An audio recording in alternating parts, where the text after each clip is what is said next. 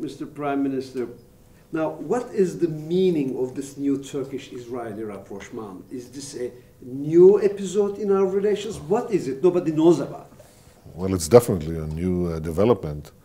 We've had friendly relations, but we also have common interests. First of all, we're neighbors. We live in the same neighborhood.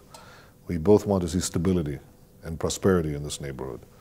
And I think it's only natural that two friendly countries would seek to intensify their friendship, not in directing something against someone, but in trying to promote the overall cooperation and overall stability in the area. And I think it serves the interest of everyone. But how do you qualify it? I mean, for instance, people call it strategic alliance. It's a big word.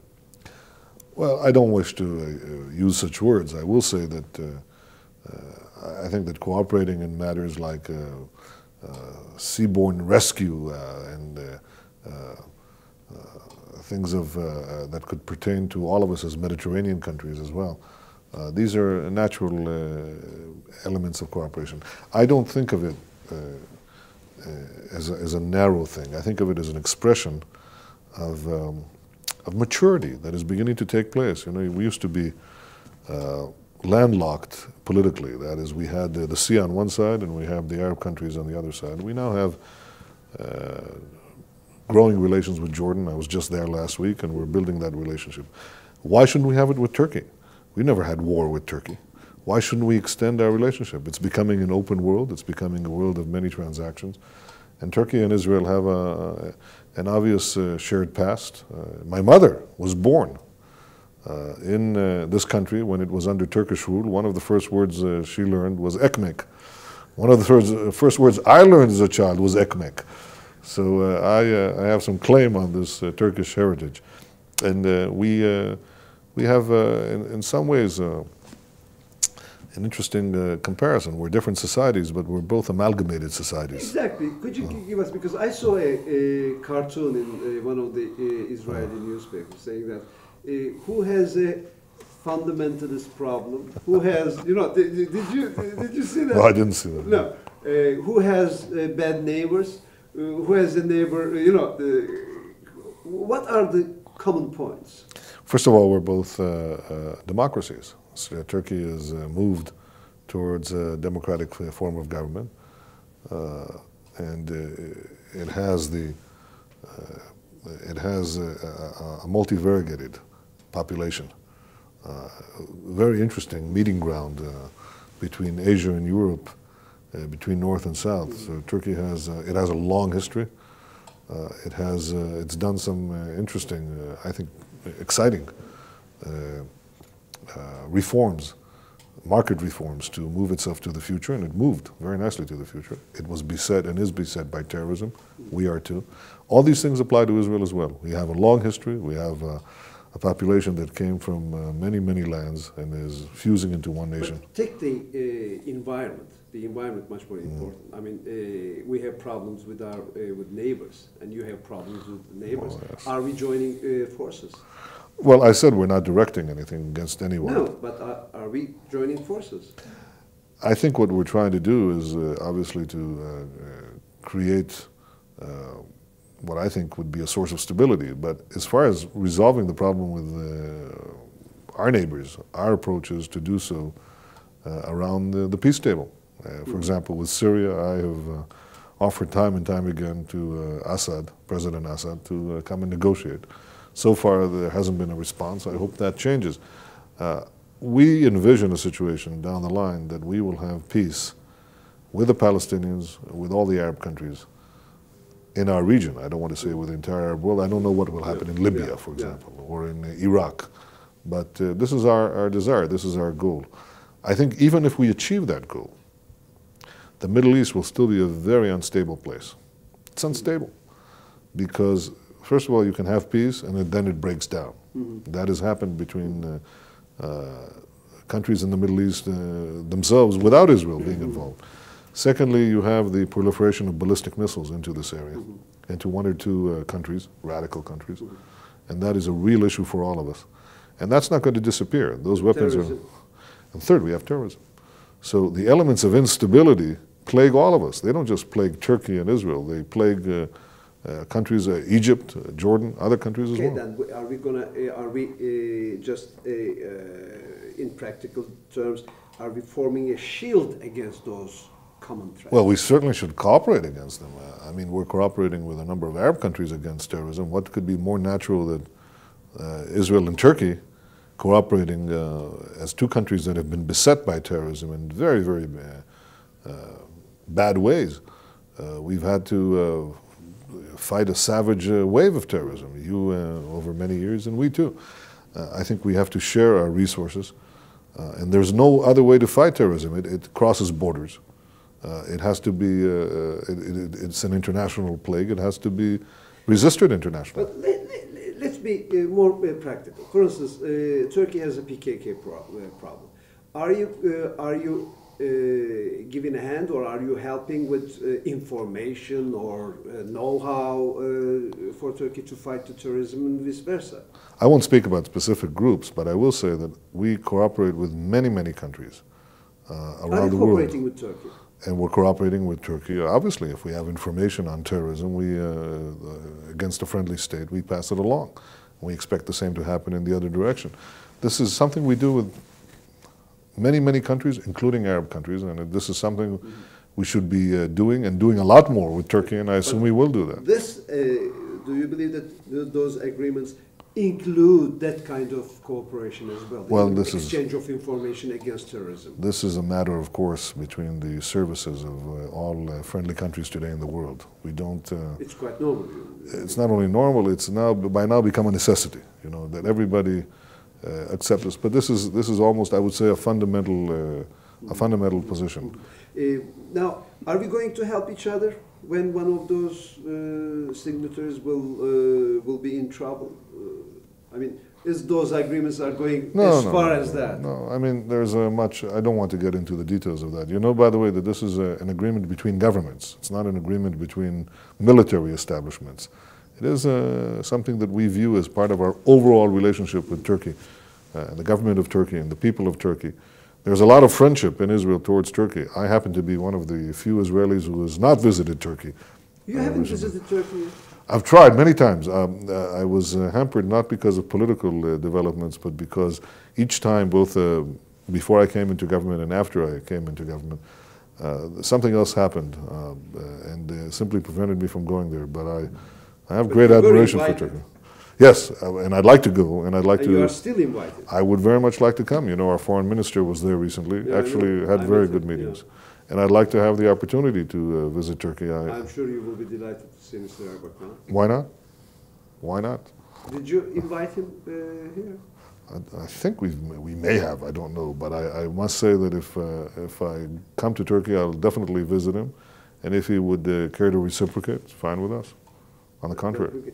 Now, is it the beginning of this relationship, or is it the end of? Would you say that? Well, that's as far as we can go with Turkey. I mean, no. Is it just beginning? I mean, I think it's just a beginning. It's a changing world. We have a changing world. Relationships change. Some, we never had enmities, but old enmities die. Some of them die more slowly. I think it's going to be not so much the new Middle East in the sense of free of all problems as people describe, but I think that it's going to be a different Middle East. I think that we can make a better life for our peoples. And one of the things that we can do together is cooperate not only in the fields of security or diplomacy or terrorism. These are important areas. But ultimately, we have two countries that can move the economy of the region in far-flung ways. Israel is becoming now the technological center, one of the largest or most potent technological centers in the Eastern Hemisphere. We have 1,000 new companies in high technology starting up here, which is more than any other country in the world in absolute numbers except the United States. There's a tremendous growth of technology here. Turkey has some tremendous economic companies in construction and many other areas. It has resources, economic resources. It has raw materials. It has this resource called water. which is so necessary for peace. How important is, as far as Israel is concerned? I think I've heard of many ideas of using Turkish water to irrigate the peace, if you will, between us and our Arab neighbors. You have water, we don't. Jordan is parched. Even Syria has got serious problems in a very wide radius. We need water. And if one country wants to sell a precious commodity to other countries who need it, if that is technically feasible, if it is economically viable, then it's something we should explore. I think that is one of the areas we're looking into. I must tell you, we're looking into other areas as well. That is to purchase natural gas that would come into Turkey. Turkey would serve as a, as you will, as a distribution point, and to have natural gas coming in. It's going to be a different area. And I think by cooperating with one another, we make greater possibilities for our people. So do you foresee that, do you mean to say that now two pillars getting together can make peace much more easy in the region? I think so. Is that the scheme of those agreements? I want to put a name, I want to put a label.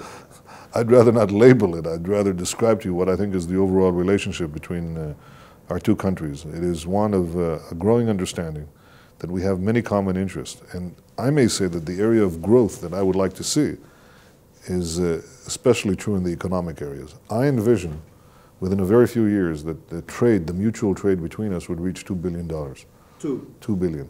It's not outside our reach. We decided with one or two European countries to forcibly move the trade, facilitate the trade, by certain agreements that we made, and we pushed it up, multiplied it within a few years. So what do you foresee is not the military side of it, but the commercial side is far more important than anything else, and it's going to put Israel and Turkey in a much more. Yes, I think it's an area that could serve our interest. I think if we succeed in completing the circle of peace between us and our Arab neighbors, then the economic possibilities are even greater. Imagine that you can drive around from Turkey. You know, I'd like to see that one day. I'd like to see Turkish tourists come to Israel by land. And I'd like to see Israelis visit Turkey by land as well, although many have done by air, I must say, and by sea. But we have great possibilities. This relationship creates opportunity. Do you have the feeling and saying, oh, for God's sake, I mean, Turkey should have made this move years ago, at last? Maybe we should have. Who knows? I don't know. It's like a belated marriage. It's good that it happens. It would have been always preferable to have it happen early. But sometimes marriages happen when they have to happen. And I think this is one of those cases. It's a new era. I mean, for the Middle East, yes. This rapprochement is a new era. Is that how I can? I think it's part of the signs of the new times in which we're in. It's a sign. It's a very important sign.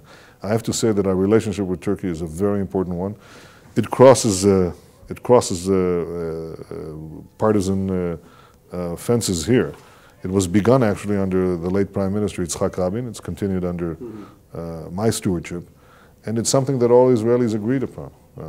It is not subject to any contention here. Now, another aspect of those agreements is defense procurement. The Turkish Armed Forces needs are big, and shopping spree is there. And I'm sure you will be, you must be delighted to have that kind of a client.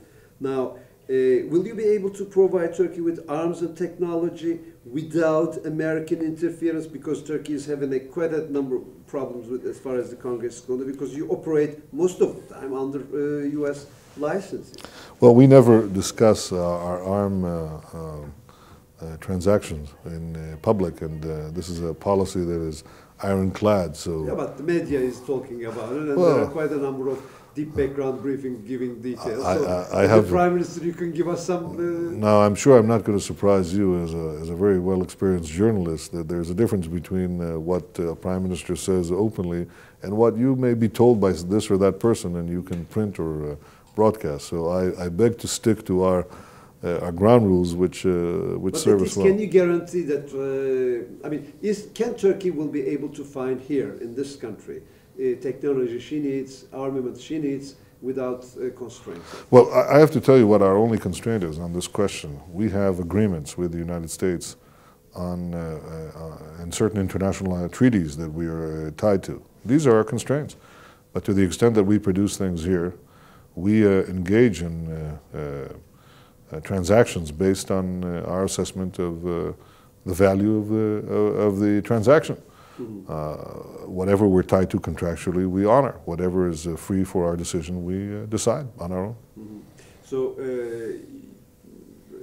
as you have such a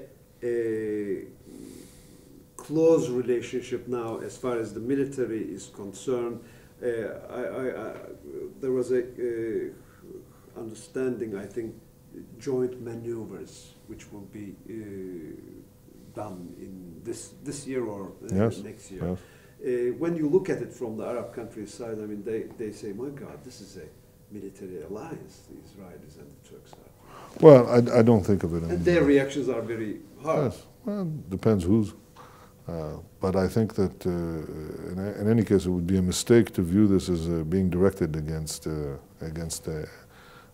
anyone. As I said, I think it promotes stability rather than creating instability. I think also that that pretty soon you're going to have a larger coalition.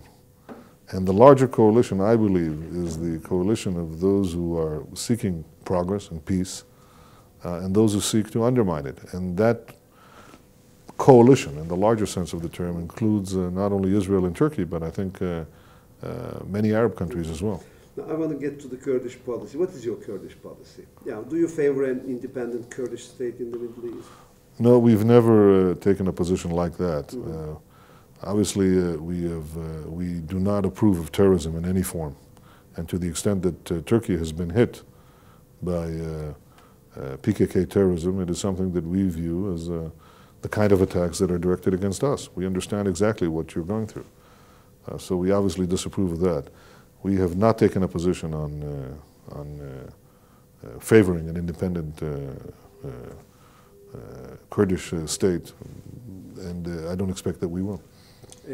But PKK, what is PKK for you? Is it a terrorist group, or what is it? I mean, that's a very easy answer for me, because it doesn't go by the identity of the people and by by what goal they profess. Terrorism is not at all judged by the goal, the worth of the goal that its practitioners profess.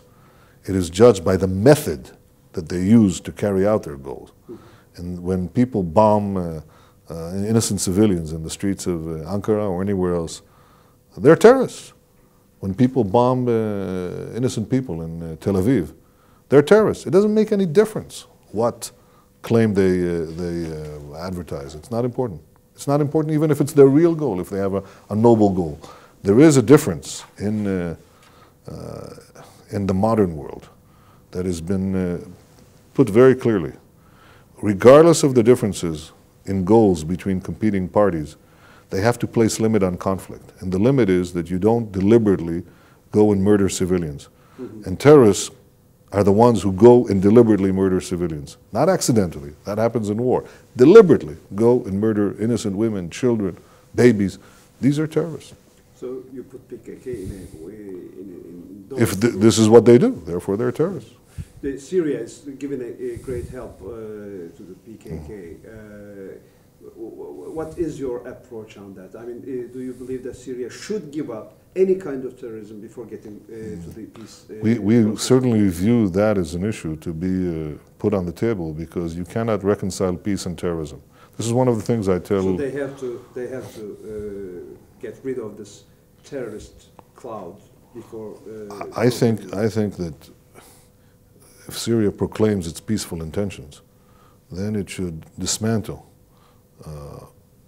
all the terrorist organizations' headquarters in Damascus. Including PKK. Including PKK, including PFLP, including Hamas, you name it. They're all there. There are more than a dozen of them are there.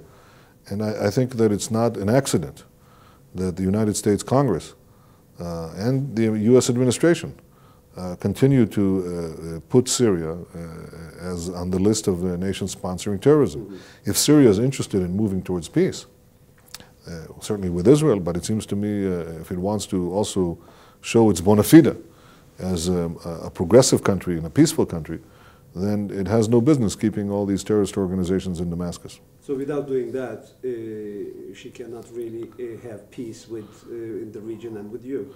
Well, it would be very hard to reconcile the two. I don't think the terrorism and peace are reconcilable. It's one or the other. We prefer peace. Lastly, how does it feel make you feel that sign an agreement with the government run by a coalition, which one of the parties are very hostile to Israel? Well, first of all, I'd like to think that Mr. Erbakan is, first of all, a patriot of Turkey. And if he's a patriot of Turkey, if he's concerned with the interest of Turkey, he knows that this relationship is good for Turkey. And this is what I believe ultimately should guide the interests of Turkey. It should consider what its own interests are. And if the government of Turkey has decided, as it has, that the relationship with Israel serves the interest of Turkey, serves the interest of stability, serves the interest of peace and prosperity, as I believe it will, then it should do what it believes is in its interest. Does it bother you to have a Refah government in Turkey? Or do you prefer a secular Turkey without a... Well, this is a choice Turkey has to make, but I think Turkey certainly understands the dangers of a slide